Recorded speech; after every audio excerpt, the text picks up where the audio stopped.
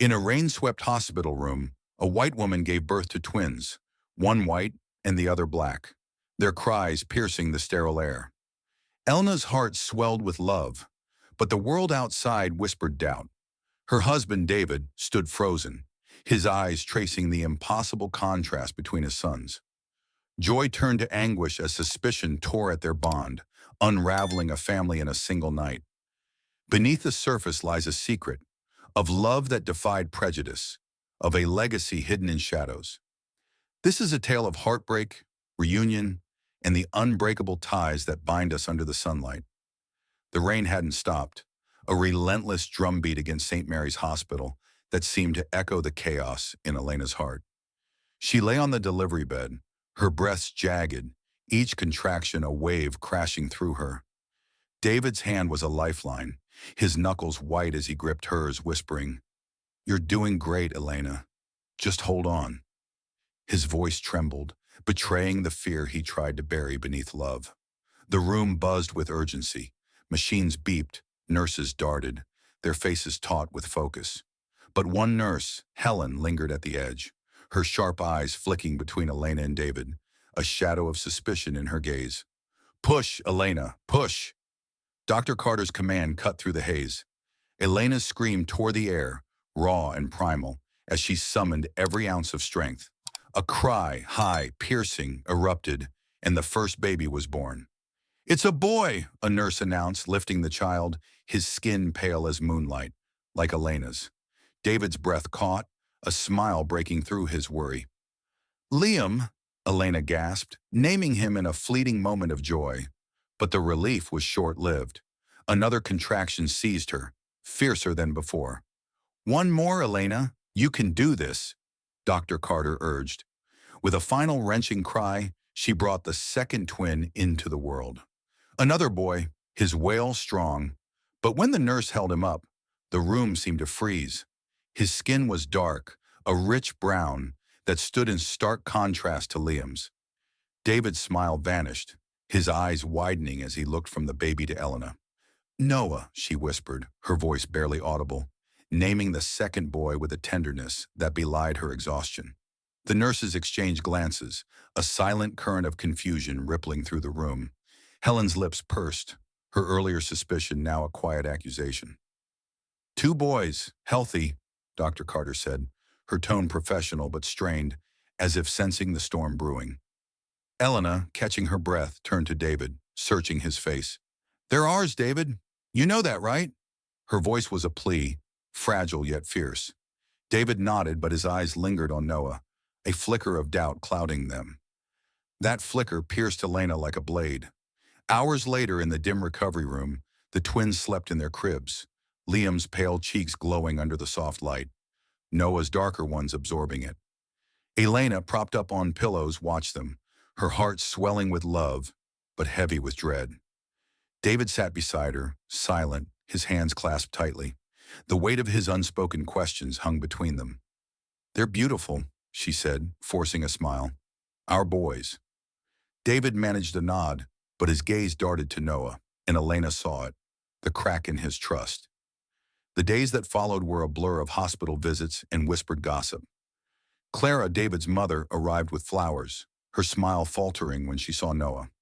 "He's different," she said, her voice careful. David's sister, Laura, was blunter. "David, how's this possible? He doesn't look like you." Outside, neighbors peered at Noah's stroller, their murmurs slicing through Elena's fragile calm. "She must have—" The words trailed off, but their meaning was clear. Each comment was a stone, building a wall between Elena and the world. Nurse Helen, passing David in the hospital corridor, offered a saccharine smile. "Twins are a blessing, but they do raise questions, don't they?" Her words dripped with insinuation, and David's jaw tightened. He wanted to defend Elena, to silence the doubts, but the seed had been planted, and it grew with every sidelong glance. At home, the tension festered.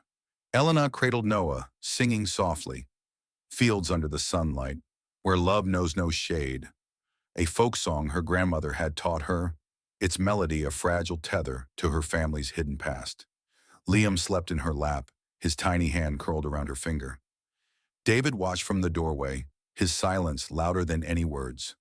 That night, he came home late, the scent of whiskey on his breath. "Elena," he slurred, his voice low but sharp. "What happened? Tell me the truth." The accusation hung heavy, a betrayal wrapped in desperation. Elena's heart shattered. "You think I'd betray you?" she whispered, tears streaming down her face. "These are our sons, David. I've never loved anyone but you." But his eyes, clouded with doubt, told her he didn't believe her. The room felt smaller, the walls closing in.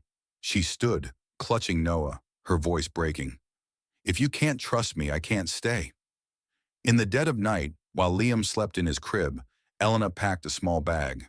She kissed Liam's forehead, her tears falling onto his cheek. "I'll come back for you," she murmured. With Noah in her arms, she wrote a note, her hand trembling. "David, I'm leaving because you don't believe me. Take care of Liam. One day you'll know the truth." She slipped out into the rain, the door closing softly behind her, leaving a void that would haunt David for years. David woke to Liam's cries, the house eerily quiet. He found the note, his fingers shaking as he read it. "Elena!" he shouted, running to the nursery, but she was gone. He sank to the floor, clutching the note, the weight of his mistake crushing him. Outside, the rain fell harder, as if mourning the family torn apart. In that moment, David knew he had lost more than his wife. He had lost the trust that bound them, and with it, the chance to hold his sons together under the same roof. The rain had long since faded, but a different storm raged within David as he sat in his cramped apartment, the weight of Elena's absence a constant ache. A year had passed since she vanished with Noah, leaving Liam's cries to fill the void. The nursery, once vibrant with her presence, was now a shrine to regret. Elena's scarf still draped over the rocking chair, her scent lingering like a ghost. David, now 31, stared at Liam, asleep in his crib, his golden curls catching the dim light of a flickering lamp. The boy's innocence was a painful reminder of the family he'd torn apart with a single drunken accusation. David's days blurred into routine, wrenching bolts at the auto shop, feeding Liam, and scouring phone books for any trace of Elena. Every letter he sent came back unopened, every call unanswered. At night, he traced the words of her note, "One day you'll know the truth," until they burned into his mind. Doubt had poisoned him once, but now it was regret that kept him awake, gnawing at the edges of his soul. Clara, his mother, arrived one chilly morning, her gray eyes soft with concern. "David, you're fading," she said, setting a wooden box on the kitchen table. "You can't keep living like this. Liam needs you whole, and you need answers." The box, weathered and smelling of old cedar, came from Elena's family, a relic Clara had retrieved from her late mother's attic. "This belonged to Elena's grandmother," she said. "It might hold something you need." David hesitated, his fingers brushing the box's carved lid. Opening it felt like prying into Elena's heart, a place he'd failed to protect. But Clara's steady gaze urged him on. Inside, he found a leather-bound journal, its pages yellowed but intact, and a faded photograph tucked between them. The photo showed a young couple, a white man with sharp features and a black woman with a radiant smile, their hands clasped tightly. David's breath hitched. Her features echoed Noah's, the curve of her eyes, the warmth in her expression. The journal was Elena's grandmother's, each entry a window into a forbidden love. "My father was a wealthy man's son," she wrote, "and my mother a maid's daughter. They fled a world that wouldn't accept them, building a life in the shadows. Their love was our secret, hidden to shield us from hate." David read on, heart pounding, learning how they'd raised Elena's mother in seclusion, their mixed heritage buried to protect her. A poem scrawled in the margins caught his eye. "Fields under the sunlight, where love knows no shade." The words stirred a memory. Elena singing to the twins, her voice soft and haunting. He closed the journal, staring at the photo. Noah's skin, so different from Liam's, wasn't a betrayal. It was a legacy, a thread of history Elena hadn't shared, perhaps because she feared it wouldn't be enough. "Why didn't you tell me?" David whispered, his voice breaking. The truth was a lifeline, but it came too late, deepening the chasm of his guilt. He'd driven her away, not because of infidelity, but because he'd let doubt cloud his love. Clara placed a hand on his shoulder. You couldn't have known, but you can make it right. David shook his head, the weight of his mistake crushing. How? She's gone, Mom. I don't even know where to start. But the journal sparked a resolve he hadn't felt in months. He needed proof, not just for himself, but to honor Elena's truth. The next day, David drove to St. Mary's Hospital, the journal tucked under his arm. The receptionist, recognizing him, hesitated when he asked for Dr. Carter. It's urgent, he said, his voice steady despite the tremor in his hands. In her office, he explained everything. The journal, the photo, his regret. I need a DNA test, he said, from the twins' blood samples. I have to know for sure. Dr. Carter nodded, her face kind but professional. We keep samples for a year. I'll rush the results. 2 agonizing weeks later, David sat in her office again, a manila envelope in his lap. His hands shook as he opened it, the words blurring through tears. Paternity confirmed. Liam and Noah are your biological sons. He pressed the paper to his chest, a sob escaping him. Elena, I was so wrong, he whispered, the truth both a balm and a blade. He doubted her, and that doubt had cost him everything. Clara found him that evening, slumped on the couch, Liam asleep in his arms. What now, David? She asked gently. He looked at her, eyes red but resolute. I find them, he said. I owe her the truth, and I owe our boys a family. But the world was vast, and Elena had vanished into it, her trail cold. He clutched the journal, the poem echoing in his mind, fields under the sunlight, where love should have been enough. For now he had Liam, a boy who deserved more than a father broken by guilt. David kissed his son's forehead, whispering, We'll bring them home, buddy. I promise. Outside, the city hummed, indifferent to his pain. David stood at the window, the photograph in his hand, Noah's face staring back through time. Somewhere, Elena was singing that same folk song to their son, and he vowed to follow its melody, no matter how long it took. The truth was his now, but it came with a cost, a family fractured, and a love he might never reclaim. The city's pulse hadn't softened David's grief, but 6 years had carved new lines into his face, each one a testament to the search for Elena and Noah. Now 36, he moved through his days with mechanical precision, wrenching bolts at the auto shop, tucking Liam into bed, and chasing leads that always led nowhere. The journal, its pages worn from countless readings, sat on his nightstand, a silent reminder of the truth he'd uncovered too late. Liam, now 7, slept with a sketch pad clutched to his chest, his latest drawing a family of 4 under a glowing sun. David traced the figures, a blonde boy, a darker one, a woman with golden hair, and a man who looked too hopeful to be him. The boy's imagination was a knife, cutting deeper with every unanswered question. Across the state, in a quiet town where the air smelled of pine and possibility, Elena carried her own burdens. At 34, she was a librarian, her days filled with the rustle of pages and the chatter of children. Noah, 7, trailed her through the stacks, his dark eyes bright with curiosity.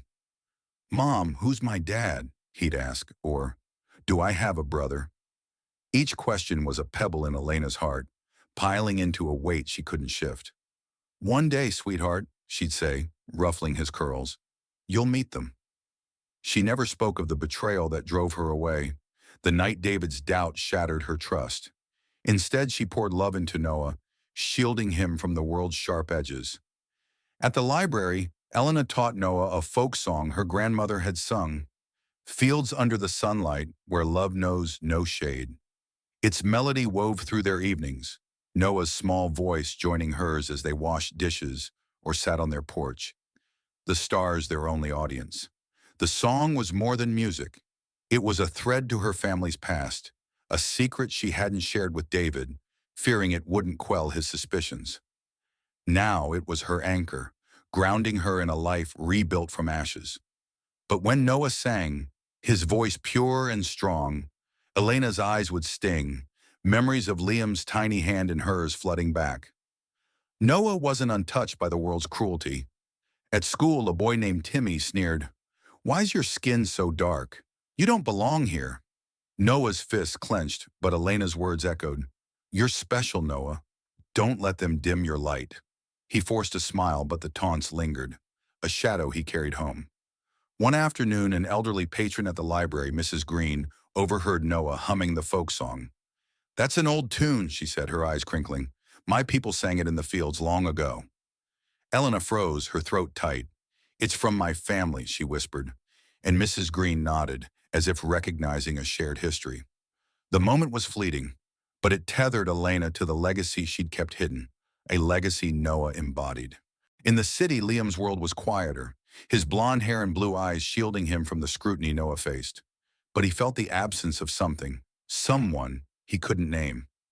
At school, he told his teacher, Ms. Harper, about a brother he'd never met, a story David had shared in fragments. He's out there, I think, Liam said, his voice small.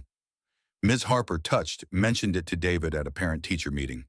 He's holding on to hope, she said. David's chest tightened, the weight of his failure pressing harder. I'm trying to find him, he said, his voice rough. I'm trying. Liam's drawings grew more vivid, each one a plea for the family he sensed but didn't know.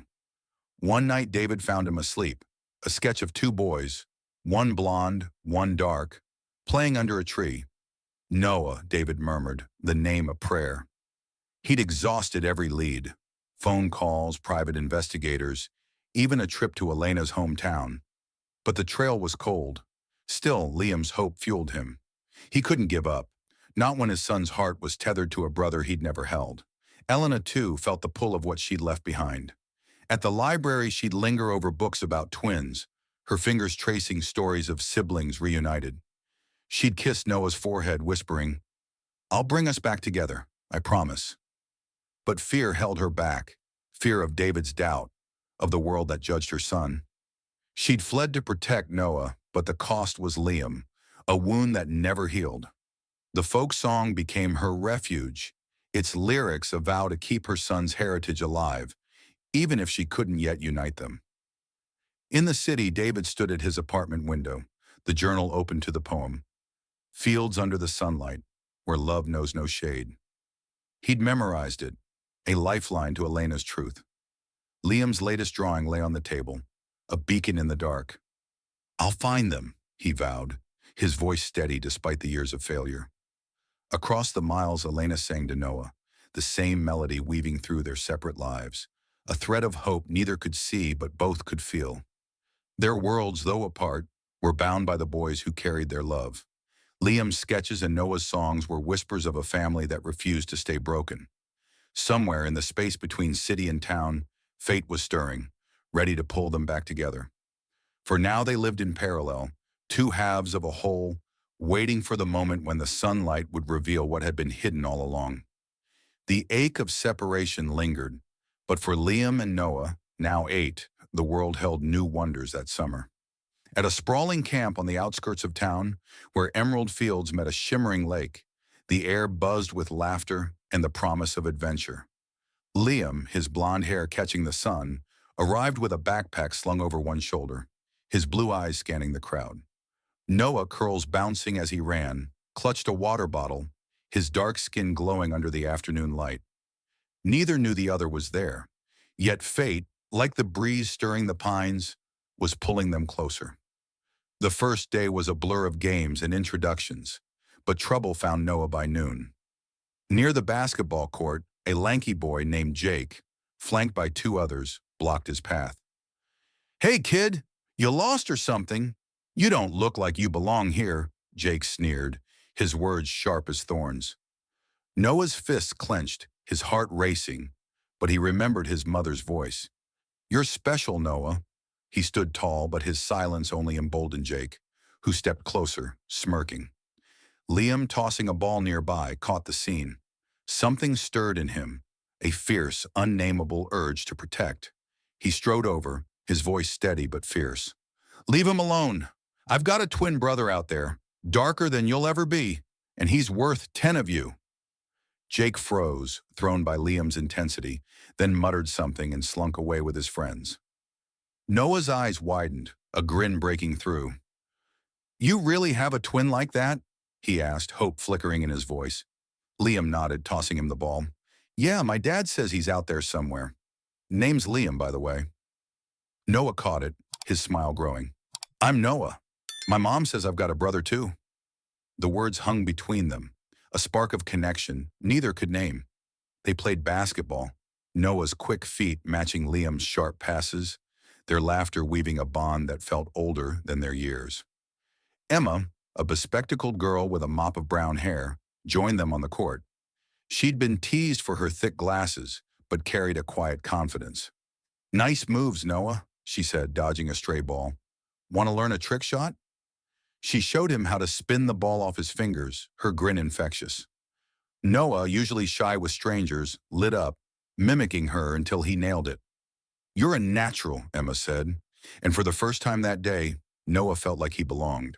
As days passed, Liam, Noah, and Emma became inseparable, building forts, racing canoes, and sharing stories under the sprawling oaks.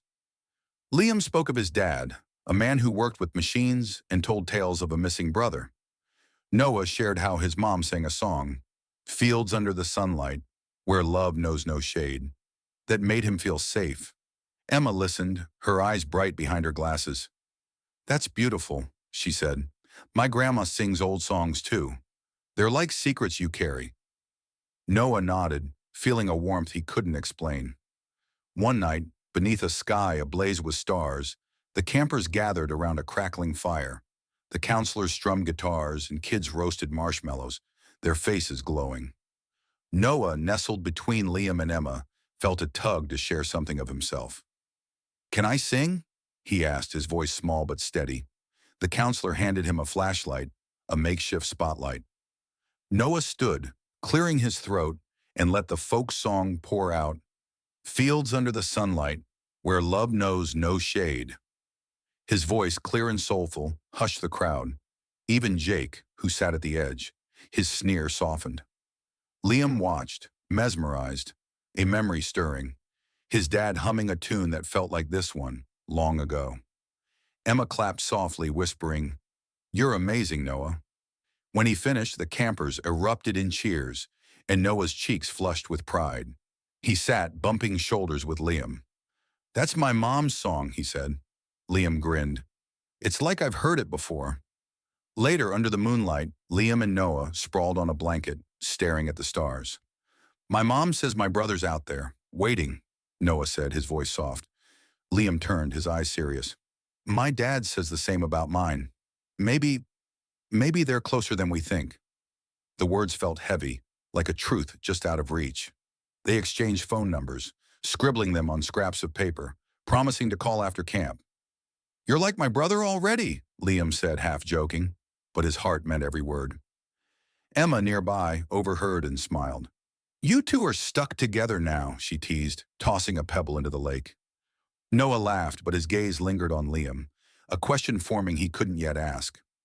As the campfire died to embers, the boys lay side by side, the folk song's melody echoing in their minds.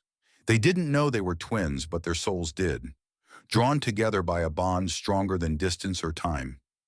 Back home, Elena and David went about their separate lives, unaware that their sons had found each other. The folk song Noah sang, the same one David had read in the journal, was a thread stretching across the miles, pulling their fractured family toward a reunion neither could foresee. The stars above the camp twinkled as if whispering that the sunlight was coming, ready to reveal what had been hidden for too long. The campfire's glow had faded, but the spark of Liam and Noah's bond burned bright, their promise to stay in touch a quiet vow under the stars. Weeks later, in a small-town supermarket where fluorescent lights hummed and the scent of fresh bread lingered, fate wove another thread. Elena, her golden hair tied back, scanned the fruit aisle, her fingers brushing over apples as Noah trailed behind, humming Fields Under the Sunlight, Where Love Knows No Shade. The melody was a comfort, a tether to the life she'd built after leaving David. Yet her heart still ached for Liam, the son she'd left behind, and for the love she'd lost to doubt. Across the aisle, David pushed a cart, Liam chattering about camp beside him. The boy's blue eyes sparkled as he recounted Noah's trick shot. unaware of the weight his words carried. David, worn but attentive, half listened, his mind drifting to the journal's poem, its words haunting him. Then a glint caught his eye, a silver bracelet on a woman's wrist, its delicate chain unmistakable. He'd given it to Elena on their wedding day, a symbol of forever. His breath caught, and he looked up, meeting her gaze. "Elena?" His voice was a whisper, raw with disbelief. She froze, the apple in her hand trembling as Noah tugged her sleeve. "Mom, what's wrong?" he asked, then followed her gaze. "Liam!" Noah shouted, darting forward to hug his camp friend. Liam's face lit up, his laughter echoing as he hugged back. "Noah, you're here!" The boy's joy was a stark contrast to the tension between their parents, the air thick with unspoken history. David stepped closer, his eyes never leaving Elena. "It's really you," he said, his voice cracking. "I've looked everywhere." Elena's lips parted, but no words came. Her heart raced, memories of that drunken night, his accusation, her shattered trust flooding back. "Why are you here?" she managed, her tone guarded, the bracelet glinting as she clutched Noah's shoulder. "I never stopped searching," David said, his hands trembling. "Elena, I know the truth. Your grandparents, the journal, the photo. Noah's skin is from them. I had a DNA test done at St. Mary's. Liam and Noah are mine, ours. I was wrong to doubt you. I'm so sorry." His words spilled out, each one heavy with 6 years of regret. Liam and Noah, oblivious, laughed as they compared sneakers, their voices a distant hum. Elena's eyes welled, but her jaw tightened. "You think an apology fixes it?" she said, her voice low but fierce. "You broke me, David. You looked at Noah and saw a lie. I left because I couldn't live with your doubt." She glanced at Liam, her heart twisting. "I left my son because of you." The words cut deep and David flinched, his face pale. "I know," he whispered. "I hate myself for it, but I'm begging you, let me make it right." Noah, sensing the shift, looked up. "Mom, is he—" He trailed off, his eyes darting to David. Elena knelt, brushing a curl from his forehead. "He's someone from a long time ago," she said softly, her voice steady for his sake. Liam tugged David's sleeve. "Dad, Noah's my friend from camp. Can they come over?" The boy's innocence was a lifeline, pulling them back from the edge. Elena stood, her gaze locked on David's. "I need time," she said, her voice firm but not unkind. "For the boy's sake, they can stay in touch. But us?" She shook her head, the bracelet catching the light, a reminder of what they'd lost. David nodded, swallowing hard. "I'll wait, Elena, as long as it takes." He scribbled his number on a receipt, handing it to her. "Call me. For them or for you?" The boys, impatient, tugged at their parents. "Can we play basketball tomorrow?" Noah asked, his eyes bright. Liam nodded eagerly. "Please, Dad." David looked at Elena, a silent plea in his eyes. She sighed, relenting. "You can meet at the park. I'll bring Noah." It was a small step, but it felt monumental, a crack in the wall she'd built. As Elena led Noah away, David watched, the receipt in her hand a fragile hope. Liam's voice broke the silence. "Dad, Noah's the best, like a brother." David knelt, hugging him tightly. "I know, buddy," he said, his voice thick. "Maybe one day." He couldn't finish, but the thought lingered, a dream he'd cling to. Elena, walking to her car, glanced at the receipt, David's number scrawled in his familiar handwriting. She slipped it into her pocket, the bracelet cool against her wrist. Noah's hum filled the air, the folk song a quiet promise. She looked back once, seeing David and Liam through the supermarket doors, a family she'd loved and lost. Her heart wavered, torn between pain and the pull of what might be. In that moment, the boys' laughter and their shared glances were a bridge across the years. Liam and Noah didn't know they were twins, but their bond was undeniable, a force that would draw their parents closer.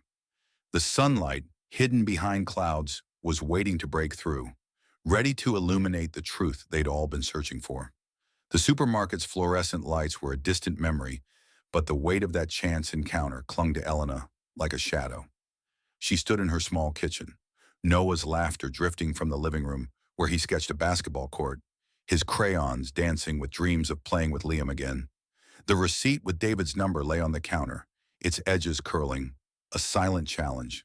Elena's fingers brushed the silver bracelet, her heart caught between the ache of betrayal and the flicker of hope in Noah's eyes when he spoke of his camp friend.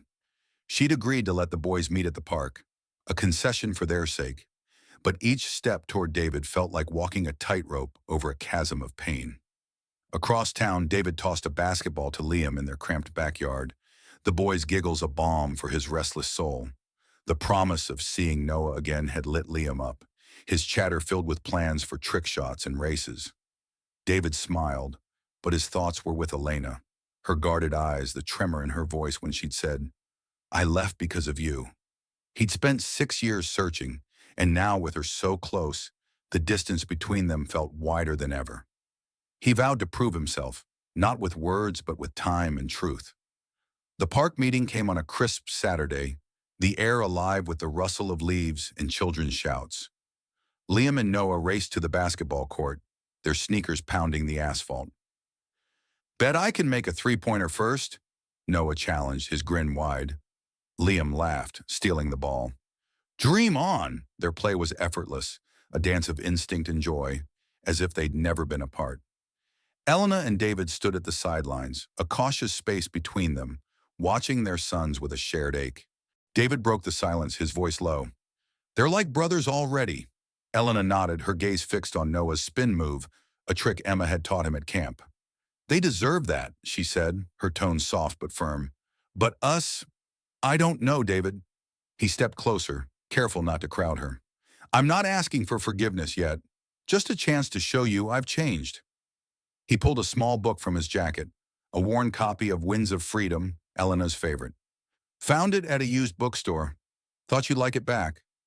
Elena's breath caught, her fingers tracing the cover. "You remembered," she murmured, a crack in her armor. Before she could say more, Noah tripped, scraping his knee. Liam was at his side instantly, helping him up. "You okay, Noah?" he asked, his voice full of concern. Elena and David moved as one, their parental instincts overriding the tension. "Just a scratch," Elena said, kneeling to clean the wound. David handed her a bandage from his pocket, their hands brushing, a fleeting spark that left them both unsteady. Clara arrived, her gray hair catching the sunlight, a picnic basket in hand. "Thought the boys might be hungry," she said, her eyes warm but knowing as they flicked between David and Elena. Over sandwiches, Clara shared a story, her voice rich with memory. "Elena, your grandparents were like these boys, unstoppable together. They faced a world that tried to tear them apart, but love won. It always does if you let it."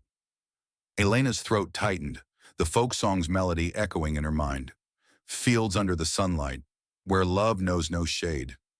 She glanced at David, seeing not the man who doubted her, but one who was trying to rebuild.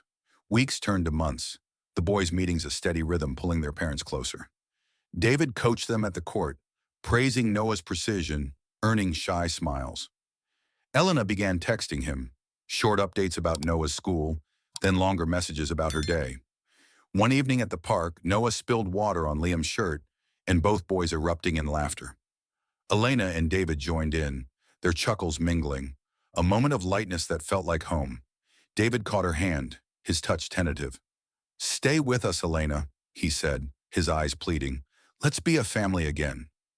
The words stirred her, but fear lingered. Then came a letter, a job offer from a library in another city, promising stability, but threatening to uproot her fragile truce with David. She showed it to him at the next meeting, her voice steady. "I haven't decided," she said. David's face paled, but he nodded. "Let me show you why you should stay." He planned a picnic at the park, inviting Clara, Liam, and Noah, a quiet plea woven into every detail. On the day, under a canopy of oaks, Noah sang "Fields Under the Sunlight," his voice soaring, drawing smiles from passers-by. Liam clapped, shouting, "You're the best, Noah!" Elena watched, her heart swelling, the song a bridge to her grandparents' love, to the family she'd lost and found. David took her hand, his voice low. "I'll spend my life earning your trust, Elena. Stay, for the boys, for us." Tears brimmed in her eyes and she nodded, whispering, "Okay." Days later, Elena and Noah moved into David's home, their boxes mingling with Liam's toys. The house felt fuller, but the world outside loomed, its judgments waiting to test their fragile unity. As Noah and Liam slept, Elena stood at the window, David beside her, their hands entwined. The folk song hummed in her heart, a promise that love could mend what doubt had broken, if only they held on. The warmth of the picnic had stitched Elena and David's family back together, their home now alive with the chatter of Liam and Noah, their laughter a fragile shield against the world's scrutiny. 5 years on, at 14, the twins were inseparable, their bond forged in park games and shared dreams. Lincoln High School's sprawling campus, with its gleaming basketball court and echoing hallways, was their new battlefield, where their skills shone but also drew eyes that judged. Elena and David, united in love and purpose, watched their sons navigate this new chapter, unaware that the shadows of prejudice were gathering, ready to test their strength. Liam, tall and blond, was the basketball team's captain, his strategic mind guiding every play. Noah, leaner but lightning fast, had a knack for three-point shots that left crowds roaring. Together they were unstoppable, their synergy a silent language of glances. But Ryan, a teammate with a sharp jaw and sharper tongue, saw their difference as a flaw. "No way you're brothers," he scoffed after practice, his voice carrying across the locker room. "Look at you, Liam. Then him." Noah's shoulders tensed, but Liam stepped forward, eyes blazing. "He's my brother, Ryan. Say it again, and you'll regret it." The room stilled, Ryan backing off with a smirk, but the seed of discord was sown. Elena, now a librarian at Lincoln, overheard whispers in the faculty lounge, parents questioning the twins' legitimacy, their words laced with old biases. She confided in David that night, her voice tight. "They're targeting our boys just like they did me." David, his calloused hand over hers, promised, "We'll protect them, together." But the whispers grew louder, fueled by Ryan's father, Thomas, a local businessman with a voice that carried weight. He cornered the principal, his tone clipped. "Those boys disrupt the team. Their situation raises questions." The principal, wary of Thomas's influence, suggested a parent meeting, a storm cloud looming over the family. At school, Noah felt the weight of every stare. Ryan's taunts followed him, on the court, in the cafeteria. "You don't belong here, Noah," he'd hiss, low enough to evade teachers. Noah's heart sank, the old pain of childhood taunts resurfacing. Emma, his friend since camp, now a sharp-witted freshman with a new confidence, noticed his quietness. "Don't let Ryan win," she said, adjusting her glasses. "Show him what you're made of." She taught Noah a new crossover dribble, her hands steady as she guided his. "You're a star, Noah. Own it." Her words lit a spark, but Noah still leaned on Liam's fierce protection, unsure if he could stand alone.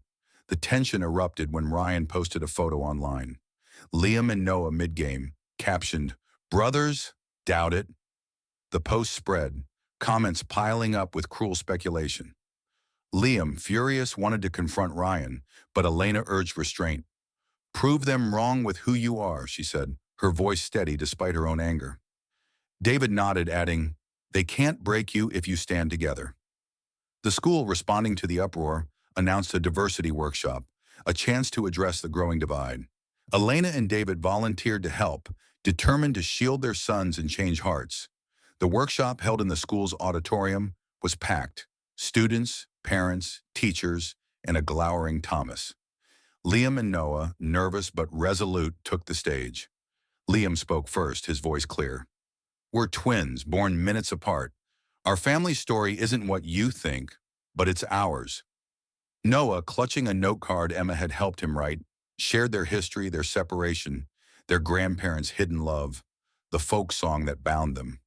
"Fields under the sunlight, where love knows no shade," he sang, his voice trembling at first, then soaring. The melody filled the room, silencing even Ryan, who sat in the back, his smirk gone. Emma, in the front row, held up a sign. "Noah and Liam, unstoppable." Students clapped, some parents teared up, but Thomas stood, his voice cutting through. "This is a distraction. The team needs focus, not stories." Elena rose, her eyes fierce. Our sons are your team's heart. Judge them by their game, not your prejudice. David stood beside her, his arm around her. They're our boys, and they're stronger than your doubts. The room buzzed, opinions splitting, but the twins' courage shifted the tide, softening even skeptical faces. Ryan, caught off guard by Noah's song, lingered after, his bravado faltering. He muttered to a friend, "Maybe I was wrong," but Thomas's glare kept him silent. The workshop ended with a plan for more sessions, a small victory, but Elena knew the battle wasn't over. That night, she and David tucked the boys in, Liam's room now shared with Noah. "You made us proud," David said, ruffling their hair. Noah smiled, but his eyes held a question. "Will they ever stop, Mom?" Elena kissed his forehead. "They might not, but you're stronger than their words." As the boys slept, Elena and David sat in the kitchen, the journal open between them. The folk song's poem lay bare, a reminder of the love that had survived hate. They knew the world's judgment loomed, especially with the regional basketball finals approaching, where Ryan and Thomas's influence could strike again. But their family, stitched together by time and truth, was ready to face it, their love a light no shadow could dim. The echoes of the diversity workshop still resonated in the family's home, where Noah's song had softened hearts and Liam's defiance had sparked hope. Now 15, the twins stood taller, their bond an unspoken vow to rise above the prejudice that dogged them. Lincoln High's gymnasium, ablaze with floodlights and the roar of a packed crowd, was their stage for the regional basketball finals. The air crackled with anticipation, but beneath it lurked a darker current, whispers fueled by Ryan and his father, Thomas, whose doubts about the twins' legitimacy had spilled onto local news. Elena and David, hands clasped on the bleachers, felt the weight of every stare, their love a shield for the boys who'd become the team's heart. Liam, the team captain, moved with precision, his blonde hair damp with sweat as he called plays. Noah, lean and lightning fast, was the squad's secret weapon, his three-point shots a marvel. Their synergy was electric, passes seamless, as if they shared a single pulse. But Ryan, relegated to the bench after clashing with Liam, seethed, his resentment a spark ready to ignite. Thomas, in a tailored suit, leaned toward a reporter, his voice low. "Those boys are a distraction. Their so-called brotherhood doesn't add up." The reporter scribbled, and Elena's grip on David's hand tightened, her eyes flashing with protective fire. Before the game, the reporter cornered Liam in the locker room, her microphone thrust forward. "What do you say to claims you and Noah aren't brothers?" Liam's jaw set, his blue eyes fierce. "We're twins, born together, raised apart. Watch us play. That's all the proof you need." Noah, overhearing, felt a knot in his chest. He'd faced taunts before, but this was different. Public, vicious. Emma, waiting outside with a handmade sign, "Noah and Liam, unstoppable," caught his eye. "Don't let them shake you," she said, adjusting her glasses. "You're a star, Noah. Show them." Her words steadied him, a reminder of the confidence she'd helped him build. The game began, the court a battleground. Lincoln's opponents, a tough squad from Riverdale, pressed hard, their defense relentless. Noah sank a three-pointer early, the crowd erupting, but a Riverdale player shoved him during a rebound, muttering, "Go back where you came from." Noah stumbled, pain shooting through his ankle, but Liam was there, pulling him up. "You got this, Noah," he said, his voice a lifeline. "Don't let them win." Noah nodded, pushing the pain aside, his focus razor sharp. Ryan, from the bench, saw his chance. He whispered to a teammate, loud enough for Noah to hear, "He doesn't belong here, never will."